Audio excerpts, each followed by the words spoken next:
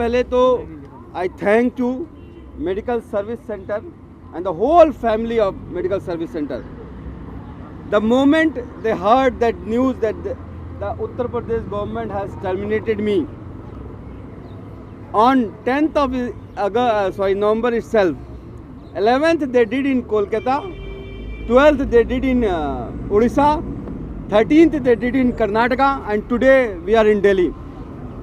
तो हालांकि मुझे प्रोटेस्ट में नहीं आना चाहिए, मैं तो इनका शुक्रिया करने आया हूं, क्योंकि मुझे संविधान पे भरोसा है और मुझे पता है कि मुझे न्याय मिलेगा। मैं हाई कोर्ट जाऊंगा और वहां से अगर रुस्वा हुआ तो सुप्रीम कोर्ट भी जाऊंगा। बहुत से लोग कहते हैं कि अच्छा हुआ आपको नौकरी से निकाल दिया गया है, आप शायद जो है कहीं भी आपको नौकरी मिल सकती है, अब तो आप डॉक्टर हो, मेडिकल काउंसिल ऑफ इंडिया ने आप पे कोई रिस्ट्रिक्शन नहीं लगाया है।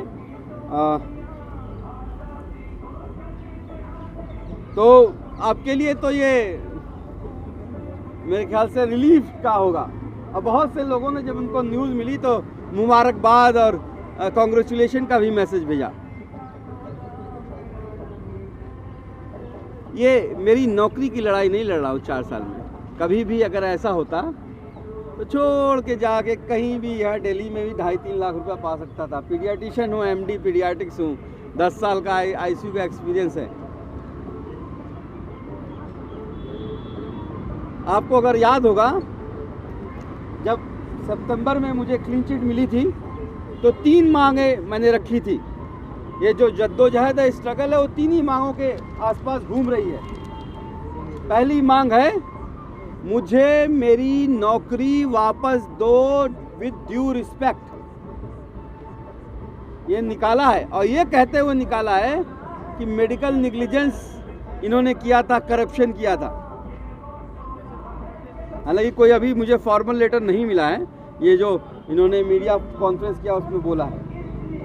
दूसरी मांग है, अगर डॉक्टर कफील ने उन 63 बच्चों को नहीं मारा है, जैसा कि हाई कोर्ट कहता है, जैसा कि इनकी अपनी इंक्वायरी कहती है, 7 इंक्वायरी कर चुके हैं डिस्ट्रिक्ट मजिस्ट्रेट, एसजीपीजीआई लखनऊ, आपके जो है दिल्ली की सेंट्रल गवर्नमेंट की टीम, सफदरजंग हॉस्पिटल की, कमिश्नर की रिपोर्ट, प्रिंसिपल सेक्रेटरी की रिपोर्ट, मतलब इतनी इंक्वायरी करने के बाद भी जब उनको कोई आंसर नहीं मिलता है, तो मैं यही पूछता हूँ, अगर डॉक्टर कफील ने उन 63 बच्चों को नहीं मारा है तो किसने मारा है? सरकार को ये इंक्वायरी खोलनी होगी कि अगर डॉक्टर कफील गुनाहगार नहीं है तो कौन है असली कातिल। और तीसरी डिमांड सबसे ज़रूरी, जो कि सबसे ऊपर होनी चाहिए, कि उन 63 बच्चों के माँ बाप को इंसाफ कब मिलेगा? अपने सामने मरते हुए देखा है, उनको कब इंसाफ मिलेगा? वो आज भी 4 साल हो गए। सरकार को सामने आना होगा, ये बताना होगा कि हाँ उस दिन ऑक्सीजन की कमी हुई थी, हाँ उस दिन बच्चे मरे थे, हाँ हमने करप्शन की वजह से पैसे नहीं दे पाए हम सप्लायर को। This is not a fight, I am fighting for my self. This is a fight against the tyranny or superpower who thinks that they can oppress anyone on their will.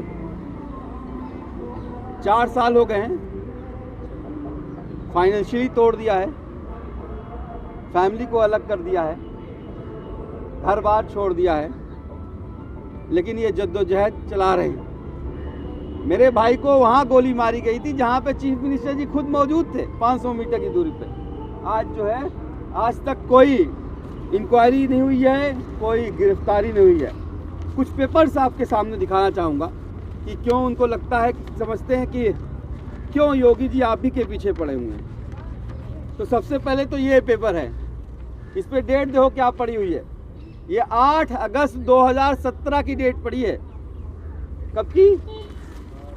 8 अगस्त 2017। और घटना कब की हुई है? 10 अगस्त 2017, sorry sorry 8 अगस्त 2016 की date पड़ी है। ये देखिए 8 अगस्त 2016 की डेट पड़ी है और 8 अगस्त 2017 को घटना हुई है, यानी 1 साल पहले मैंने ज्वाइन किया था। 1 साल पहले जूनियर मोस्ट डॉक्टर था। मीडिया वाले जो बड़े बड़े, आप तो खैर पोर्टल्स वाले हैं, जो बड़े बड़े मीडिया हाउसेस थे दिल्ली और मुंबई में बैठ के, उन्होंने सोशल मीडिया से खबरें उड़ा के वाइस प्रेसिडेंट डॉक्टर कफील खान 70 बच्चों का कातिल, टाइम्स नाउ में एक साहब पत्रकार हैं बड़े चिल्ला रहे थे, सुपरिटेंडेंट बना दिया, वाइस प्रिंसिपल बना दिया, हेड ऑफ द डिपार्टमेंट बना दिया। और गवर्नमेंट ने भी वही चार्जेस लगा के पिछली कई इंक्वायरी में ये मुझे गिराते रहते हैं। दूसरा का सबसे बड़ा कारण है ये लेटर। ये देखिए कब लिखा गया है, 6 अप्रैल 2017 को। और किसको लिखा है? मुख्यमंत्री और स्वास्थ्य मंत्री को, कि मेरा पैसा दे दो नहीं तो मैं ऑक्सीजन सप्लाई नहीं कर पाऊँ। कब लिखा गया है? 6 अप्रैल को, यानी कि 5 महीने पहले उसने लेटर लिखा हुआ है, मेरा पैसा दो। नाम भी बता दीजिए। पुष्पा सेल लिमिटेड ने चीफ मिनिस्टर और हेल्थ मिनिस्टर और बाकी सारे ऑफिशियल को लिखा हुआ है कि मेरा पैसा दे दो 6 अप्रैल को, नहीं तो मैं ऑक्सीजन सप्लाई नहीं कर पाऊंगा। 5 महीने ये पैसा नहीं दे पाए। दूसरा सबसे इम्पोर्टेंट मुझे लगता है कि जो इन 2 लेटरों को मैं घूमता हूँ लेके, इसी वजह से मुझे जो है चुप कराने की कोशिश की जाती है। ये लेटर देखिए कब का है, 9 अगस्त 2017 का, यानी 1 दिन पहले जब घटना हुई है। और किसको गया है? माननीय मंत्री जी को, स्वास्थ्य मंत्री जी को, कि भैया 68 लाख रुपया हो गया, नहीं दोगे 24 घंटे में बंद कर देंगे। किसने दिया है? पुष्पा सेल ने, जो सप्लायर था लिक्विड ऑक्सीजन का।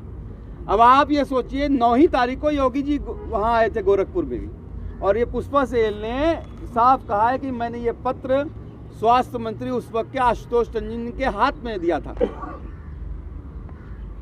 फिर भी पेमेंट नहीं हुआ।